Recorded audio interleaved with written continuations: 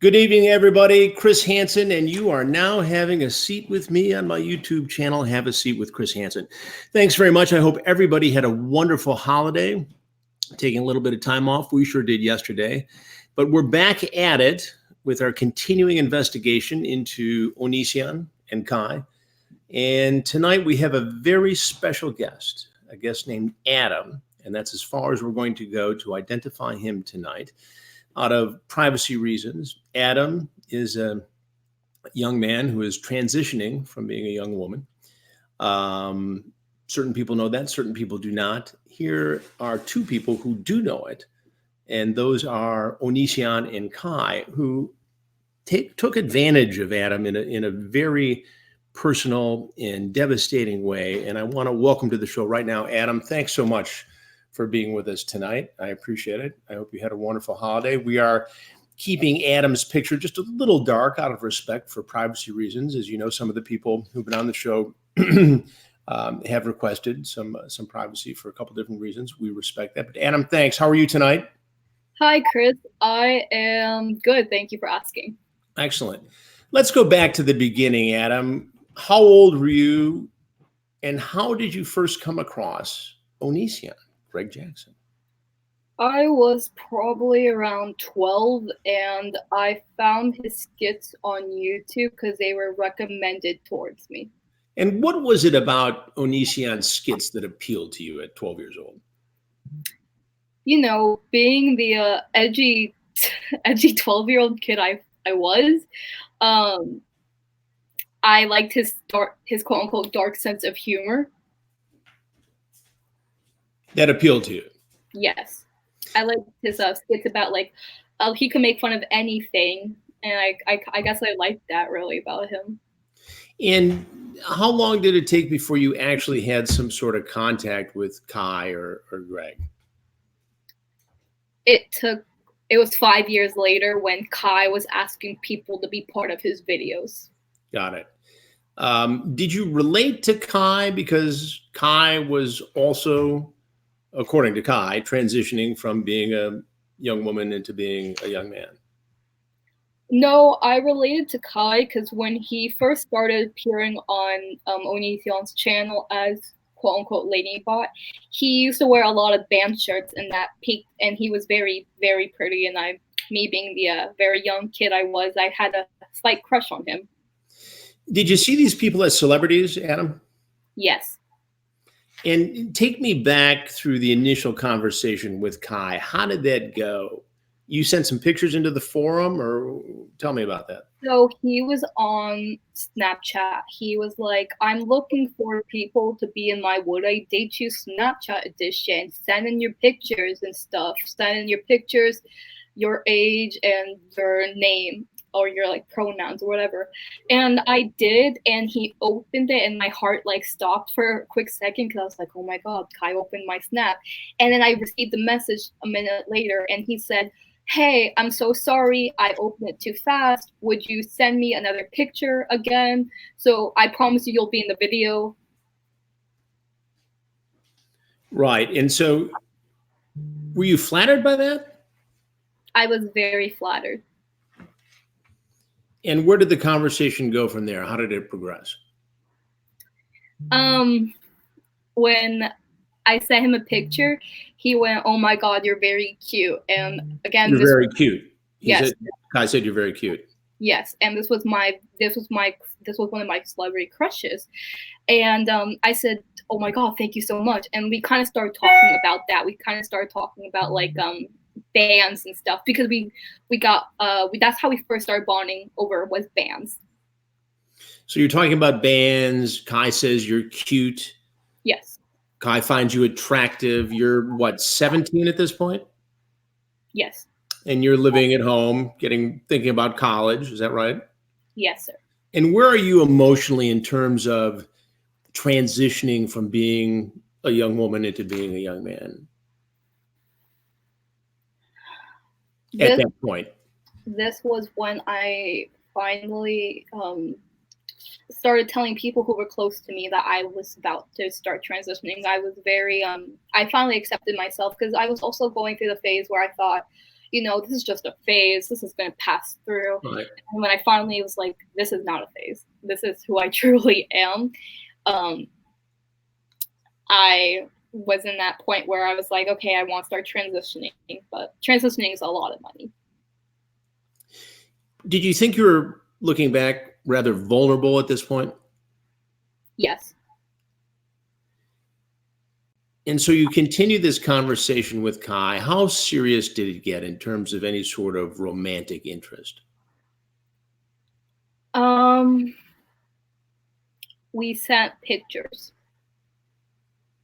I know we sent pictures.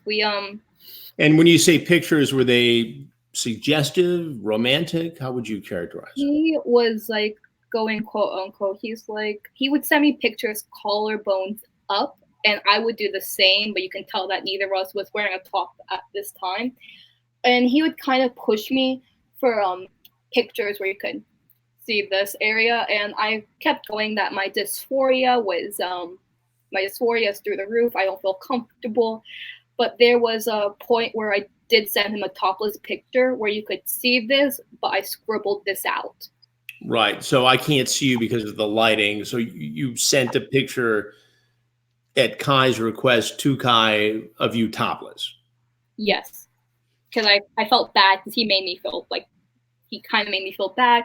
He was like, if you really liked me, you would do this. He's like, I promise nobody else would see it. Don't worry about it. If you really liked me, you would send me a topless photo. Yes. Because he's like, I'll send you a photo if you send me a photo. And did Kai send you a topless photo as well? Yes, but he did the same thing I did where he scribbled it out.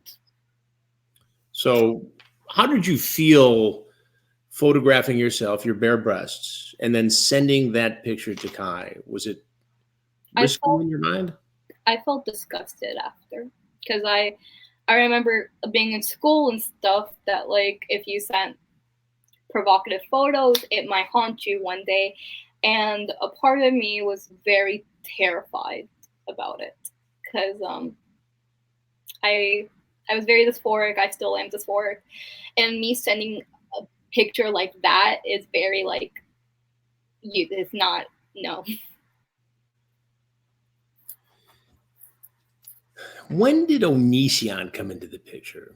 This started, and correct me if I'm wrong, this started pretty much between you and Kai. When did Onision start contacting you? When did that discussion begin? He never contacted me like one-on-one, but there was points, like in the beginning, like the first month, Kai did ask me that question. He's like, how would you feel if you were in a relationship with both of us? And so Kai first initiated the discussion about you being in a relationship with both Kai and Onision. Yes, it was through Snapchat text. And I don't know if it was him or Greg at this point. Like, now I look back, I don't even know if it was him. I probably was Greg. He said, how would you feel if Greg joined our relationship? And I straight up said, I'm not comfortable with that. I don't care what people do behind doors. But I personally, in my opinion, I don't want to be in a two-way relationship. I am very comfortable with just being with that one person and that one person only. And at first they were very or he was very accepting. He was like, yeah, I understand, don't worry. Later he kept pushing it more and more, and then he got angrier after that. So let's take this apart here for a minute. So how did you feel when Kai, or potentially Greg using Kai's identity, and we know he does this and has done it, suggested to you, and it was either Kai or Greg, there's no doubt about that, to get into a three-way relationship with them? How did that strike you? At first, I didn't think anything of it because I know that they were in a free relationship with Billy before, and I thought, I don't know why, but the part of me thought that part of me almost like, what I was thinking about, I was like, they're both very attractive people. I'm mostly famous, they're on YouTube, they're celebrities. And I'm mostly attractive to Kai. So I was like, because Kai was definitely type of girl that I was. I apologize now for people. Kai was the quote unquote type of girl that I was very attracted to back then. The short pixie cut, dyed hair and the piercings, and I was like, yeah. And then I look at Greg, and I have to remind myself that he was in his 30s, and I was like, well, I don't really find you that attractive, Greg. I apologize. Did they get mad at you when you said you didn't want to be in a three-way relationship? At first, no. But when I kept declining it, they kind of got more annoyed and angry. And how many times did they come back at you, Adam, and say, what about this? What about being in a relationship with both of us? What about, you know, being in a relationship with me, meaning Kai, and Greg joining in too? Did it seem like they were trying to wear you down a little bit? Yes. The amount of times they asked me, I think I stopped counting after the 8th time. 8th time? Yeah. And what did you tell them when you said you weren't comfortable with that? That wasn't your thing. You wanted to be in a relationship with just one person. How did they counter that? And did it seem like they're trying to coax you, to groom you into accepting this idea of a three-way? They started saying, well, oh, statistics shown. So this was when I thought this was probably most likely Greg. He was like, statistics shown that three-way, like polyamorous relationships are a lot happier and healthier, and they have more trust with each other. And it's not quote unquote cheating because you're both with the people and you apparently love both people very much. And you had never met either Kai or Greg Onision in person before, right? This is all over the internet, all digital, all texting, all Snapchat, all online. Yes. Did you ever get on the phone with either of them? I got on the Snapchat has a Snapchat audio where you could call or video chat with somebody. So I did both with Kai multiple times before on my old platform. And did you feel comfortable talking to Kai during those conversations? Yes. And did Kai ever say to you, you ought to think about coming out here to Washington State where they lived? Yes. And how did Kai phrase that, if you remember? He said, oh, you're a senior in high school now. You're entering your senior year. You're looking at colleges. Wouldn't it be so cool if you looked at colleges in Washington? Like, wouldn't it be so cool if you like looked at colleges near me so we can hang out and not worry about your parents or anybody finding out? How important was it to Kai and Greg Onision that you didn't say anything to your parents? It sounds like they were almost trying to get you to key in on going to college in Washington State to be near them and not have your parents involved in this. And I get to this point because in interviewing some of the other victims, the parents who knew more about Greg and Kai were the parents who put up more of a fight in terms of letting their kids go live with them. Yes. Kai was very persistent about me looking at colleges, and he would ask me every time we would like talk. He's like, "Did you apply to colleges? Did you look at colleges in this like current place where I live?" And I was like, "Yeah, I did. I applied, and I was actually accepted to a college near where they lived." How close did you come to actually trying to go out there to college in Washington State? Very. You almost went. I almost went. I almost disrespected my parents and went. And what do you think would have happened had you gone out there?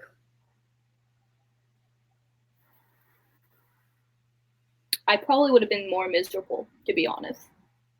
More miserable in terms of what? Well, being apart, like, family means the world to me. So being apart from my family would have like hurt me a lot. But like, as I see what more and more Kai and Greg's victims now, who I 100% respect very much, I seen what they did to Billy. I seen what they did to Isla. I not gonna lie, I was such a huge fan of Onision and Kai that I was pissed at Billy for a while because I was like, how could you do that to Kai and them? Wait. You were such a fan of Kai and Onision that you were upset at Billy? Yes. For what? For hurting Kai. for hurting Kai. And at the end of the day, and today we all know this, looking at it rationally, Billy was victimized by Onision and Kai, just like so many others. But you were at the time upset with Billy? Yes, because I thought Billy, like, I didn't watch Billy's side of the story. Like, now I understand what happened, and now I feel so bad because I was so mad at her.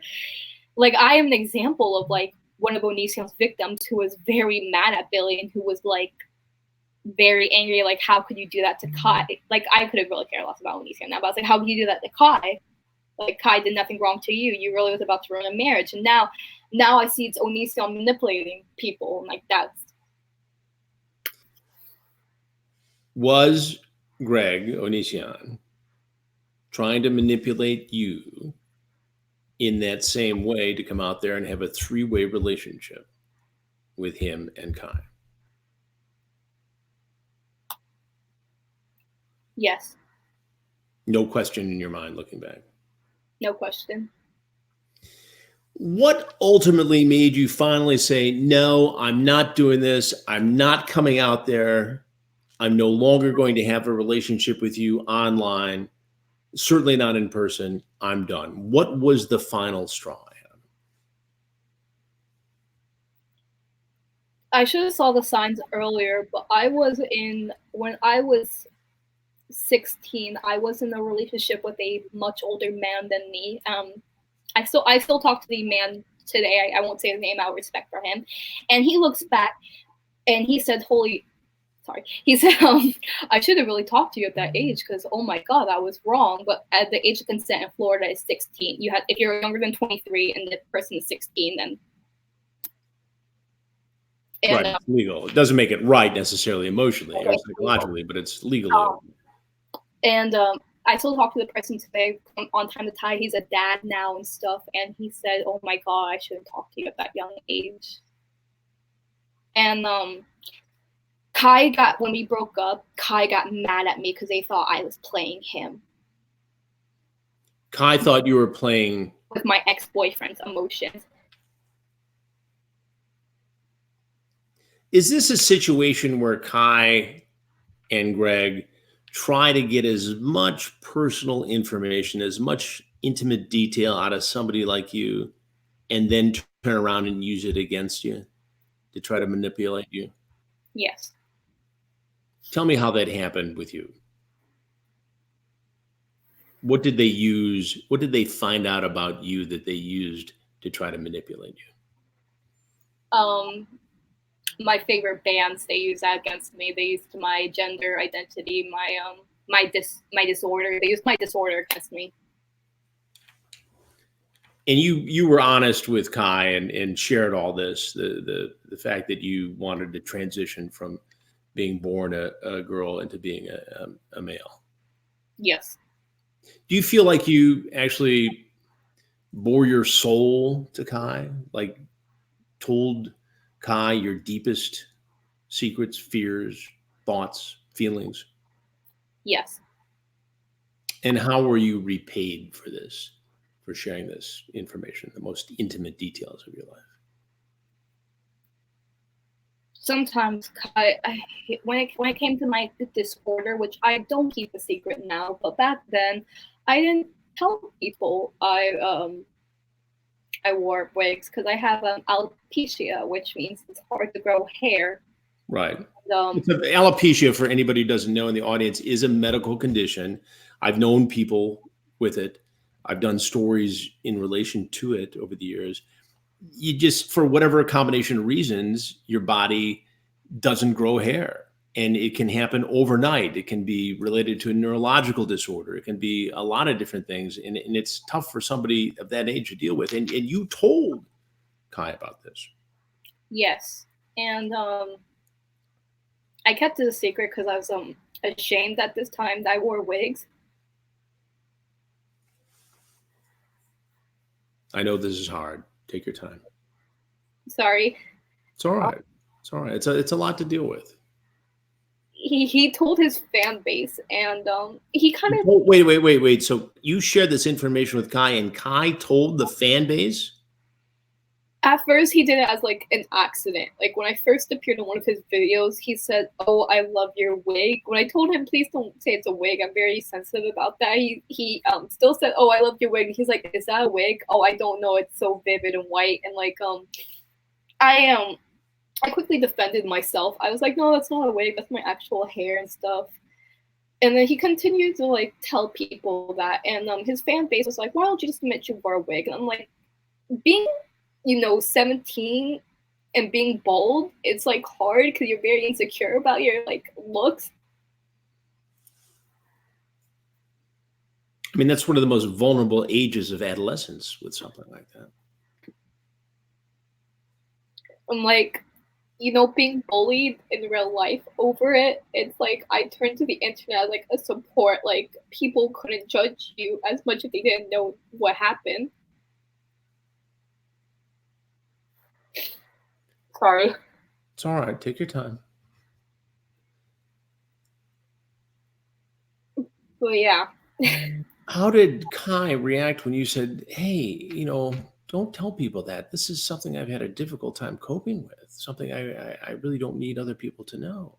And you've put this out there in a very public forum. This is, their fan base, which is a big, big, big group of people. The first time he apologized the first time. He's like, "Don't worry, it'll blow over soon. Don't worry." It'll blow over soon. One of the deepest, most intimate details of your life, and Kai says it'll blow over soon, just like that. Like, you wore mismatching shoes or something. Yeah. Did you think then that maybe these weren't people you should be associating with? I was angry, but growing up, I was always taught to forgive or forget, and that like, oh, people make mistakes. And to me, I was like, well, I really like this person. I kind of want to continue to talk to them, so I'm going to like just forgive and forget. Do you think, looking back, that Kai and Greg use this information to try to manipulate you to get in your head a little bit? Yes. And did it work? Yes. And you felt like you were so connected to these people because they knew so much about you that you couldn't get away from them in some respects. Yeah, because Kai also, again, he made a comment towards me about this. He's like, "You should be really lucky, like I'm talking to you and stuff, because I don't think many people are attracted to people who have alopecia and like wear wigs and stuff." And I have a partner who is the best person in my entire life, and he means the world to me. And I straight up told him on our first date that I wear wigs and stuff, and he makes jokes, but like harmless jokes, really. And Right. Well, that's a different relationship. It sounds like they were using that to kind of beat you up a little bit and make you more vulnerable to what they wanted you to do. Like, you see so many times in abusive relationships and the recounting of the stories, nobody else will love you because of this. We're the only ones that will care for you because you have this condition. Is that kind of the way it was going down? Yes. So what is it that finally made you say, "Adam, I'm done. This is enough. I just can't do this anymore"? When he just stopped messaging me back. Like the first time I got ghosted, it took a while for him to message me back. And when he did message me back, I kind of went through this like cycle where I was mad at him. And then when he messaged me back, explaining himself, I was like, "Oh, I can't be mad at you no more." And then finally, I think after the 6th, 7th time being ghosted, I just looked in the mirror and I was just like, you know what? I don't need this. I have friends who love me, and I have people who love and respect me. Did you send a goodbye message to them ultimately? Yes. And what did you say in that message? I told Kai, I said to Kai, I'm trying to remember what I said.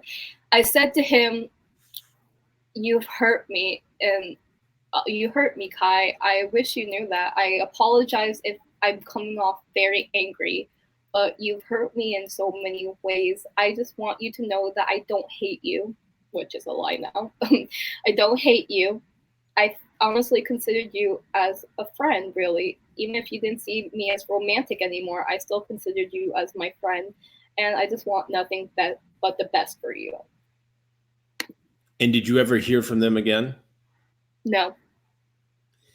Was there a point when they bullied or harassed or berated you in any of these forums or on YouTube or anything like that? Did they take off after you? On the forums, I don't know, but the second time his fan base, before we stopped talking, his fan base attacked me twice. One for not admitting that I wore wigs, and then the second time because people kind of figured out that me and him were talking. So they attacked you. Take me back. They attacked you one time for what again? For not admitting that I wore wigs. So the fan base attacked you for not admitting that you wore wigs to deal with a medical condition. Yes. And who do you blame for that? The attack, I mean. I don't blame myself for that. I blame Kai because I did message him asking him if he could tell his fan base to stop, this hurts. He said it'll blow over this soon. Second time when people learned that me and Kai were talking, they found my Tumblr at this time and they sent me like hate messages and messages to go like end my life and like, oh, how could Kai see something in you and like all this stuff. And when I messaged him again saying, hey, your fan base are doing this again, can you please like stop it? He just ignored it.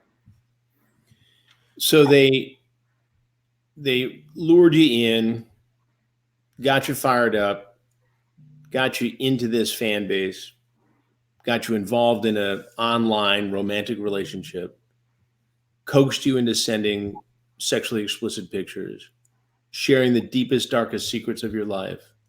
And when you wouldn't get involved in a three-way relationship, they cast you off.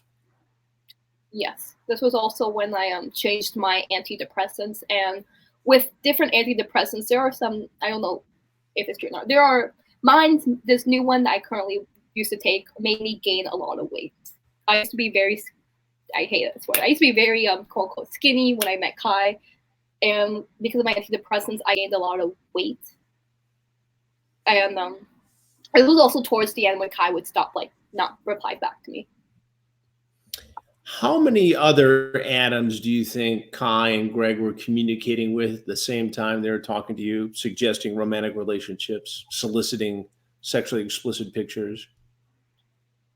I don't know. That's the scary thing. I don't know. It's awful to say this. I wish it was only me because I'm just one person who can like, I was just the only person that they do it to. But I know there's more, and that's the scary thing. As you see, the other victims came out, and they didn't even know how much there were. Do you talk to some of the other victims? Shiloh, Regina, Billy? Yes. Lane? I talk to Lane and Regina.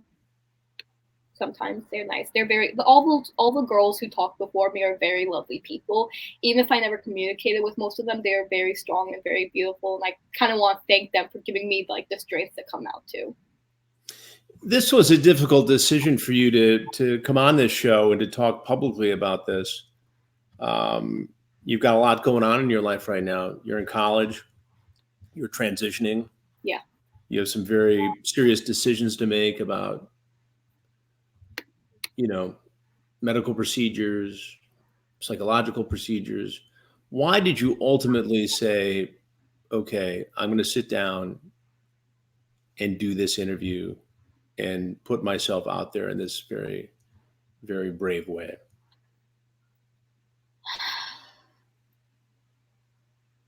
I was listening to music and I got the opportunity to be on the show, and a part of me was scared to like delete all my social media again because I had to delete all my social media after this whole Kai fiasco. And I like ultimately made a decision. I was like, you know what? I don't want to be scared anymore. Who knows how I'm hoping that other male victims, because I know there are other male victims out there. I can't be the only one. It shows me showing it's proof that Kai and James go after other trans males, and I hope that like me coming out will help them come out too. How many other Adams do you think are out there as we have this discussion tonight? I don't know. That's the scary thing. I don't know. When you talk to some of the other victims, Regina, Lane, what do you guys talk about? And does it help you to cope with all this? With Lane, we talk about Queen. we talk about music, me and Lane, because like we bonded over Queen. With Regina, Regina's like, well, I'm sorry, she's not. They're like the parent, really. Like they're like the older sibling, because Regina is older than me. Like they're the older sibling that like I love having, because they're so supportive and so like open, and they are very they were the first person I told about this, like when everybody was coming out. I messaged Regina because I felt like I could trust them the most. I didn't know why, but I automatically felt like I could trust them the most. Do you see them as a support group? I see them as family. As family? As family, because like they honestly are the nicest group of people you would ever meet in your life. All of whom have one thing in common. Sadly, yes, but like when you when you also look over, like they're not just victims, they're also like daughters and sisters and like children and siblings who not only got messed up, but they also have their own dreams and aspirations, and I love seeing them thrive after this whole fiasco. They show that they are good on their own and they are thriving without Onision and Kai. Like they're much better. What did this entire ordeal with Onision and Kai take away from you? They took my trust. It took me a long time to start trusting people again after that. Obviously, Onision and Kai, at some level, are in this. There's still a YouTube channel that Onision has, where he does all kinds of things. I still don't understand why so many other YouTube channels are being sanctioned over the use of certain words that are not forbidden anywhere else, but apparently trip YouTube's algorithm. They're being sanctioned. Yet in a recent video, Onision shows his private parts on a video, and there's no issue there. He attacks people on his YouTube channel, berates them, harasses, violates stated YouTube policies, yet nothing happens, apparently. Other people who are content creators are sanctioned left and right, yet he gets away with it. Two-part question, and I'll ask this first. Why do you think he gets away with this on YouTube, on the very forum on which we're speaking now? To be honest, I don't know, but there was a time where YouTube would mark LGBT content as like not safe for work or something like that. Like there was a couple of tests people did. YouTube went very downhill after the whole, like, I don't want to get you banned, but after the current CEO was currently on, YouTube's just been going downhill. Yeah. Now, obviously, as I was getting to before, Kai and Onision make, a lot of money, have made a lot of money on YouTube. But what do you think they were really after here, given what you know about your experience and the experience that the other victims have had? Billy, Isla, Lane, Shiloh, Sarah. Power. I feel like they love having like that power of control over somebody. And Onision especially, he loved having that power. He tried starting his own religion or cult, I think, once before. Is this a cult, do you think? Yes. Is it dangerous? Very. if you messed with Onision before, like before this whole incident broke out, I think if you messed with him before, he'd make sure you like never wanted to be back on the internet again. Do you think that he'll retaliate against you for being on the show tonight if he figures out exactly who you are? And I'm sure he probably can. I think he'll deny it, really. I think that's just like safest bet to like deny everything, because that's how people usually would go, as they would like just deny and deny and deny. And with Kai, I feel like it's better for Kai just to stay off the internet. How much do you think this is about money? How much is it about sex? And how much is it about power? For Onision, I feel like it's all three. He's very money hungry. He obviously loves having like that power of control over somebody. And when it comes to sex, yeah, I can see him enjoying that a lot. He admitted to jacking off to hentai a lot. So Admitted that this was about getting off with hentai. Right. And hentai usually, I think the hentai he usually watches includes like very young looking girls. Why do you think they targeted you, Adam? I think I was Kai's type at this time. Kai was very into like the emo, like the colored hair, the band shirts, and I had white hair. I wore a lot of black band shirts. I had the bracelets. I was the typical emo kid back then.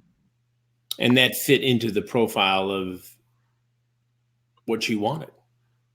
Yeah. If Kai is listening to this right now, what do you say to Kai?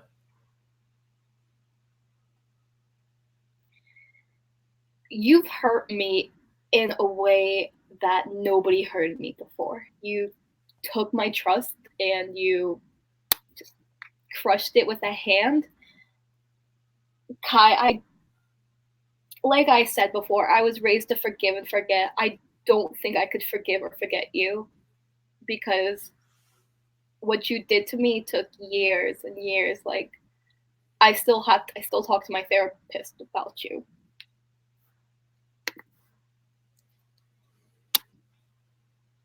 And what do you say when you talk to your therapist about Kai? I talked to him about like the whole incident and stuff, and he has to constantly remind me that it's not my fault. I think, and I'm not a therapist certainly, but it seems to me that I think all of the victims have to constantly remind yourselves that it's not your fault and that you didn't do anything wrong. You were merely vulnerable adolescents who were a little bit starstruck and got lured into a situation that you were unable to properly cope with, at least initially, until you finally figured out that these people were out to harm you. What do you say to Greg tonight as we speak live here on the show? Greg, go to therapy. Obviously, you have problems in your life too. You obviously have some issues you need to talk about. Go to therapy, get off the internet, go get help. I hate saying this. I believe maybe there's a chance for you and Kai, because I try seeing the good in people, even people I hate. I try seeing the good in people, and I feel like maybe there's something that can help you. The FBI is investigating a number of things in relation to Onision and Kai, one of which is the transmission of what is considered child porn. There's some evidence of that, physical evidence. Enticement, which is a very broad federal violation. Do you think that Onision and Kai should face criminal charges? Yeah. And do you think that they should go to prison and pay for those crimes, alleged crimes? Yes. I feel like both Kai and Onision should go to prison for what they had did to everybody that they have hurt in the end. And hopefully they get the help they need, obviously, in there. How do you feel about them having 2 little kids in that house? I fear for those kids. When I used to video chat or like on the call with Kai, there was times when I hear Onision yelling and screaming in the background, and a part of me just prayed that it was just for skits, that he wouldn't really yell at the kids, because the way he yelled at it was very, very violent. Violent in what sort of way? He would, oh my God, he would scream slurs and insults at them, and it just gave me haunting like flashbacks to like At the kids, he would. I don't know. Kai would flinch a few times, but he wouldn't say anything. A part of me just hoped. I think Kai also hoped it was just for his skits, but when I like tried looking at finding the skits, I couldn't find them. So I'm honestly terrified for those kids. I want them to just know that. How much responsibility, Adam, do you think YouTube has here for all of this? They have a lot of responsibility.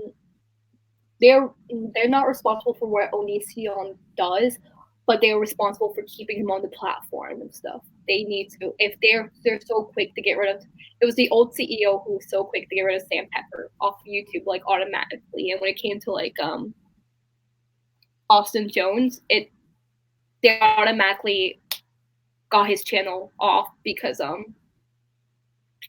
it was also during his case trial. I feel like with Onision, they won't do anything unless the case trial happens, of course. Unless he's brought to trial. Austin Jones obviously was accused of and charged federally and ultimately pleaded guilty to soliciting underage women on his YouTube channel. He's a bit of a musician. Sam Pepper was another YouTuber who was accused of wrongdoing and enticement. They're also a predator that's still on the channel that they have yet to get rid of. And it's not Onision. And I feel like because he was never brought to court and stuff, he's still free to go along with it. Onision's still on and monetized today, just like this channel is. Does that make any sense to you? No. What I don't get is that you could, if I like kissed my partner in a YouTube video, I automatically get demonetized. But like Onision is allowed to show his private parts to like his underage audience, and he's automatically monetized. That doesn't make sense. What kind of an audience do you think that Onision and Kai still have? Do they still have popularity, or has this entire scandal brought them down to a point where they're not as significant as they once were? I think the scandal actually brought Onision back to the limelight because he was obviously not getting many views before this whole scandal broke out. And when it did, his views went from like 10,000 to like 200,000, and he only gets those views when he's talking about like Eugenia Cooney or Shane Dawson or like his exes or something like that. Right. So if you could say anything to YouTube tonight, what would you say? I have been on your platform since I was 6 years old. I'm almost 20 now. How you had demonetized my videos to the point where I stopped being a creator on your platform, but you're still going to monetize him? Do you see how many of us found him through your site? Like, do you see how many victims there was from Austin Jones, Sam Pepper's V1? Like, are you not going to do anything about this?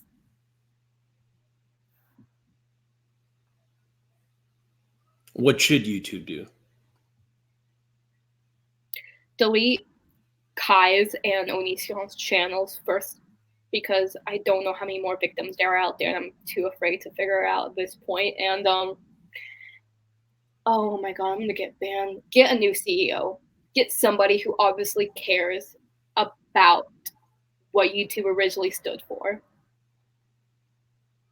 because I have siblings I have a brother who's like around, like just turned the age I first started watching Onision, and I worry that maybe this will happen to him, or I worried about like my other younger siblings. Like, is this going to happen to them? Like, I want to protect them, and I'm afraid that like he's very secretive now because he's at that age where he needs his privacy and space, and I understand it.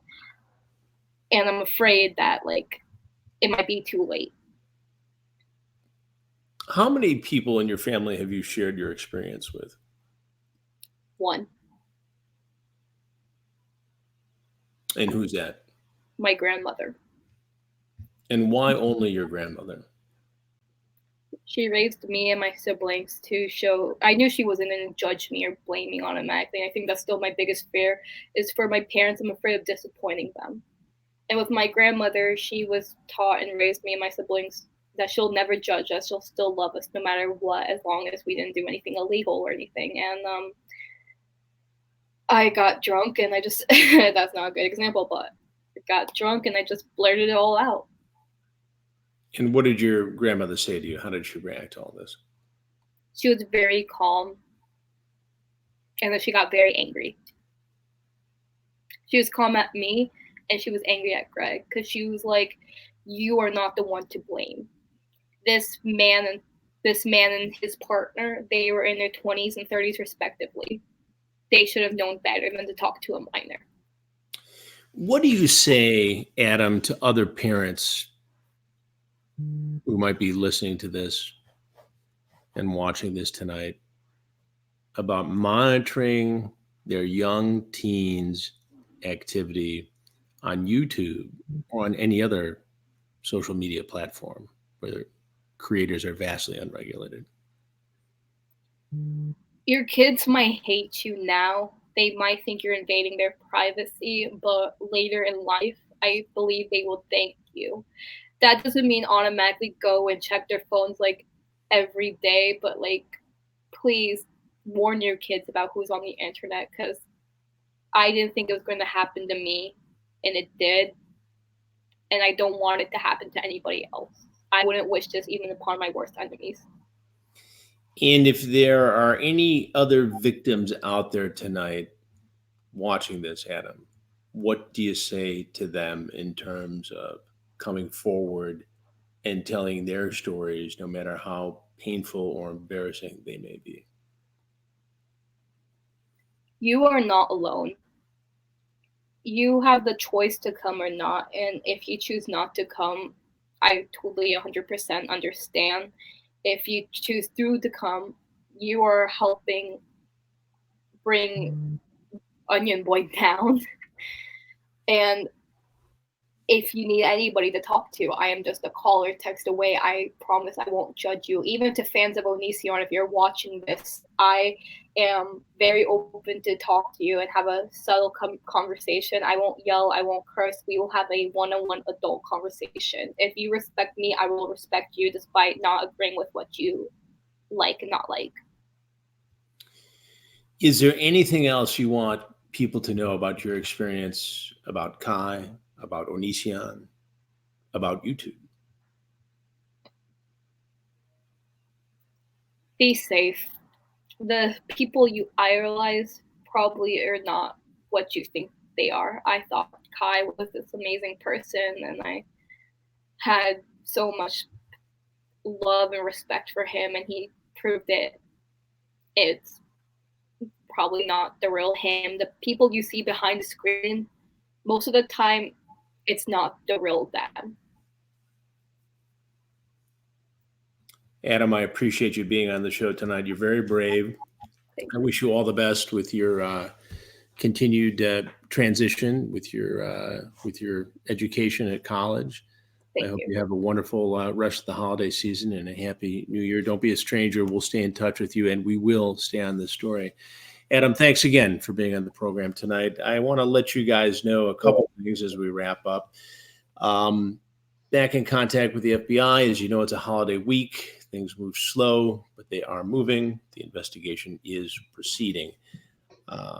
As I've mentioned before, Onision and Kai were on the FBI's radar prior to our reporting on all this, and it has only, I think, made it a little bit more of an urgent issue. Obviously, the FBI doesn't run on our timetable; it runs on its investigative timetable. But I think it's not a bad thing necessarily that we are onto it as well. In terms of YouTube, reached out again to Susan Wojcicki, the CEO's media department. Again, let's remember it is a holiday week. Still no commitment to do an interview. I see that she has been out doing other interviews, and it appears that when they do these interviews, they try to pick a safe environment, maybe a content creator or a forum in which they're not going to get a lot of difficult questions. And I want them to know, if they're listening tonight, that, I will create a very fair and open environment in which they can speak. And I would like to have them come on and talk about overall strategy to keep people safe from those who prey on others on YouTube. They have a lot riding on this, and I just like to have a conversation about it. Statements have been issued. We've been referred to those. It's easy to put out a couple paragraphs of basic stuff. That's what they've done. So I think if they were serious about it, they would come on the show and talk about it. So we will see. I will keep on it. Again, they make appearances on other shows where it's a little more lighthearted, but I think this is very important. I, as always, want to thank Vincent Nicotra, my web producer, for helping put all this together and working throughout the week. And to you, sir, a happy holiday season. As you know, we've talked before about all that. And also mention that StreamYard and ProStreams are a part of this, helping us to put this show together with the graphics and the format that I think look pretty darn good, Vincent. So everybody should also know that because next Wednesday, when we usually do the show, is New Year's Day, we're gonna postpone the show and move it to the 2nd of January, again on Thursday, same time, 8 p.m. Eastern. We have another interview that promises to be riveting, another alleged victim of Onision and Kai with a different twist on it, and I'll get into that on social media as we get closer. But thank you all for watching. A pleasant, wonderful holiday to you, a happy, peaceful new year, and I'll see you when we take a seat again next week. Have a good night, everyone. Remember, I'll be watching. Take care.